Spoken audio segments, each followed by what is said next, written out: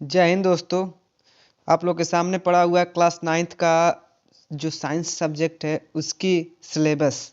ठीक है, तो क्लास 9th विज्ञान में हम लोग क्या क्या पढ़ना है इसके बारे में हम लोग चर्चा कर लें, डिस्कशन कर लें, और कौन से चैप्टर से कितने नंबर का क्वेश्चन पूछा जाता है इसके बारे में हम डिस्कशन कर लें। फिर एक एक करके हम लोग क्या इसको बारी बारी से एक एक पॉइंट को समझते हुए पढ़ाई जारी करेंगे। ठीक है, तो यहाँ पे देखिए लिखा हुआ है कि विज्ञान क्लास 9th लिखा है कि इसमें 70 अंक की लिखित परीक्षा एवं 30 अंक का प्रयोगात्मक एवं प्रोजेक्ट कार्य होगा।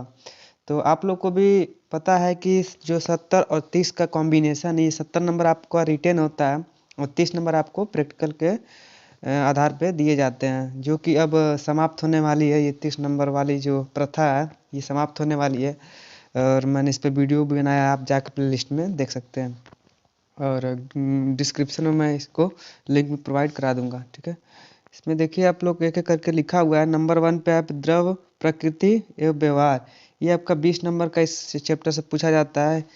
ये अगला चैप्टर सजीव जगत में संगठन, इसमें 15 नंबर का पूछा जाता है। गति बल तथा कार्य 25 नंबर का।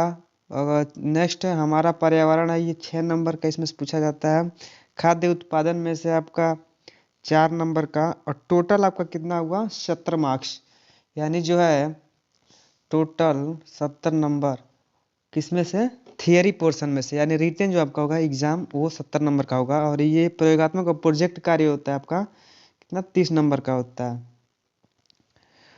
टोटल कितना होगा आपका 100। ठीक है, तो ये है, और किस चैप्टर में क्या क्या पढ़ना है इसके बारे में हम लोग देख लें। तो देखिए 70 अंक में लिखित परीक्षा केवल प्रश्न पत्र की होगी तथा 30 अंक का प्रयोगात्मक और प्रोजेक्ट कार्य होगा। ठीक है, तो अभी मैंने ऊपर बताया हुआ है। और इकाई 1 में आपको पढ़ना है द्रव्य एवं व्यवहार। द्रव्य एवं व्यवहार में क्या जानना है कि द्रव की परिभाषा क्या होती है। द्रव और द्रव्य ये अलग अलग चीज़ें होती हैं, तो इसमें हम द्रव्य की परिभाषा जानेंगे। ठोस, द्रव और गैस ये क्या होते हैं, अवस्था के लक्षण क्या, आकार, आयतन, घनत्व, अवस्था, सबके बारे में हम लोग पढ़ेंगे। हिमांक क्या होता है, क्वथनांक, वाष्पन क्या होता है, संघनन, ऊर्ध्वपातन क्या होता है, इसके बारे में भी हम लोग चर्चा करेंगे आगे। और द्रव की प्रकृति है, इसमें तत्व, यौगिक मिश्रण, समांगी मिश्रण, विषमांगी मिश्रण, कोलायी तथा निलंबन क्या होता है, इसके बारे में बारी बारी से हम करके पढ़ेंगे।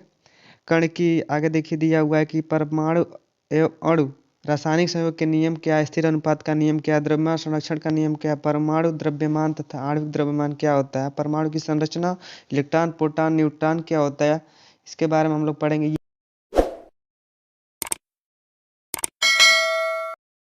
इकाई 2 में आपका दिया हुआ है सजीव जगत की संगठन या सजीव जगत में संगठन। तो ये बायोलॉजिस्ट पोर्शन आपका 15 नंबर का इसमें से पूछा जाता है, और इसमें 15 नंबर में आपको क्या क्या पढ़ना है। तो पहला कोशिका, कोशिका के बारे में पढ़ना है। कोशिका जीवन की आधारभूत इकाई है। प्रोकैरियोटिक कोशिका क्या होती है, यूकैरियोटिक कोशिकाएं क्या होती हैं, बहुकोशिकीय कोशिका कला क्या होता है, कोशिका भित्ति कोशिकांग, कोशिका द्रव्य, क्लोरोप्लास्ट क्या होता है, माइटोकॉन्ड्रिया, रेक्टिका, एंडोप्लाज्मिक रेटिकुलम, गोल्गी केंद्रक और क्रोमोसोम्स। एक एक करके बारी बारी से विद डायग्राम, लेवल डायग्राम के साथ हम लोग पढ़ेंगे। ठीक है, आप लोग वीडियो में लास्ट तक बने रहिए, और चैनल को सब्सक्राइब कर लीजिए, अपने दोस्तों के साथ भी शेयर कर दीजिए जिससे वो जानकारी ले सकें कि आखिर सिलेबस क्या है, हम लोग को पढ़ना क्या है। और नेक्स्ट है इसमें उत्तक, उत्तक क्या होता है इसके बारे में पढ़ेंगे, इसकी संरचना, कार्यशैली, ये सब। एपिथेलियम क्या होता है, संयोजी उत्तक, पेशीय उत्तक क्या होता है, इसमें हम लोग पढ़ेंगे। जीव विविधता में बायोडिवर्सिटी जिसको कहते हैं, इसमें वनस्पति और जंतु विविधता किस प्रकार से, मतलब पेड़ पौधे और जीव जंतु एक दूसरे से अलग हैं, इसका वर्गीकरण का आधार हम पढ़ेंगे।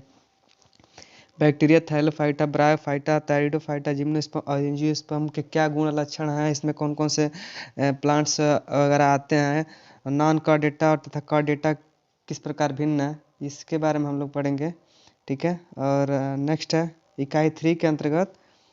इकाई 3 में आपका गति, बल और कार्य में गति क्या होता है, दूरी विस्थापन क्या है, वेग, सरल समान त्वरण क्या है, ये सब, दूरी, समय, ग्राफ, ये सब इसके बारे में हम लोग पढ़ेंगे। बल एवं न्यूटन का नियम है, बल एवं गति, न्यूटन की गति का नियम, क्रिया एवं प्रतिक्रिया बल, वस्तु का जड़त्व, जड़त्व का द्रव्यमान, त्वरण, ये सब क्या होता है इसके बारे में हम लोग पढ़ेंगे। गुरुत्वाकर्षण, गुरुत्वाकर्षण का सार्वत्रिक नियम क्या है, पृथ्वी का गुरुत्वीय बल, सब इसमें प्लवन क्या होता है, कार्य, ऊर्जा, सामर्थ्य क्या होता है इसके में पढ़ेंगे। ध्वनि, ध्वनि क्या होती है, और संचरण ध्वनि की चाल, मनुष्य में श्रवण परिसरण, पराध्वनि क्या होती है, इसके बारे में हम लोग बारी बारी से पढ़ेंगे।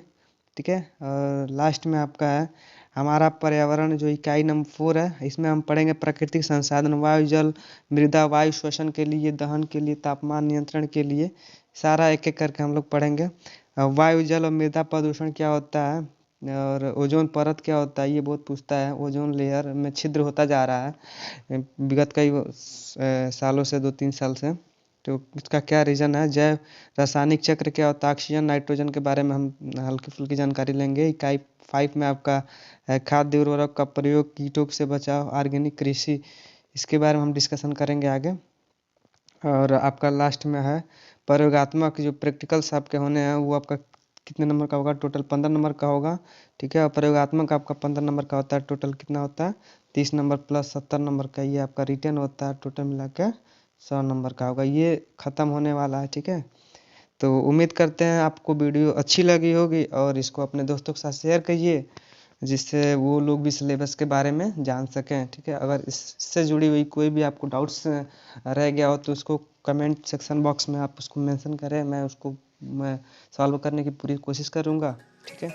तब तक के लिए धन्यवाद।